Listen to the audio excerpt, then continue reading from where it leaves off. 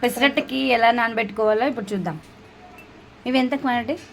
1 glass పెసరపప్పు, 1 glass పెసరపప్పుకి 2 table spoons మినప్పప్పు,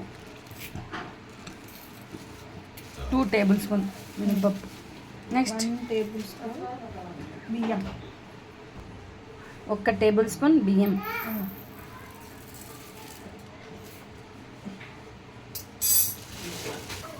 ఇవి మంచిగా వాష్ చేసుకొని ఇంకా వాటర్ పోసి నానబెట్టుకోవాలి.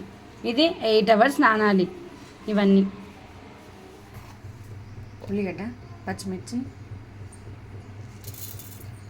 జీలకర్ర, అల్లం ఇవన్నీ మిక్స్ పట్టుకోవాలి. పెసరపప్పు 8 అవర్స్ నానిన తర్వాత మంచిగా నానిపోయింది. ఈ వాటర్ అలానే ఉంచుకోండి.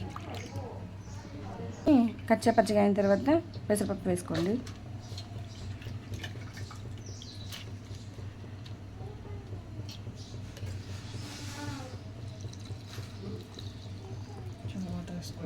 ఆ వాటర్ వేస్ట్ చేసుకోకండి, అందులోనే ప్రోటీన్స్ ఉంటాయి.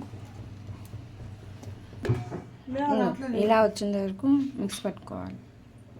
ఇంకా పెసరపప్పు ఉంది కదా, అది కూడా వేసుకొని మొత్తం మిక్స్ పట్టుకోవాలి. మొత్తం మెత్తగా అయినంత వరకు గ్రైండ్ లాగా మిక్స్ వేసుకోవాలి.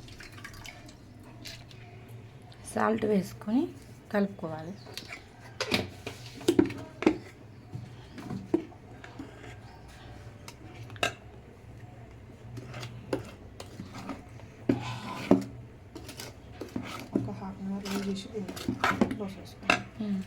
హాఫ్ అన్ అవర్ పక్కన పెట్టేసి దీన్ని తర్వాత పెసరట్టు వేసుకోవాలి. ఓకే, హాఫ్ అన్ అవర్ పిండి పక్కన పెట్టుకున్న తర్వాత ఇలా పెసరట్టు వేసుకొని తినేయాలి. ఈ పెసరట్టు హెల్త్కి చాలా మంచిది. వీక్లీ వన్స్ ఒక్కసారైనా తినండి. ఓకే.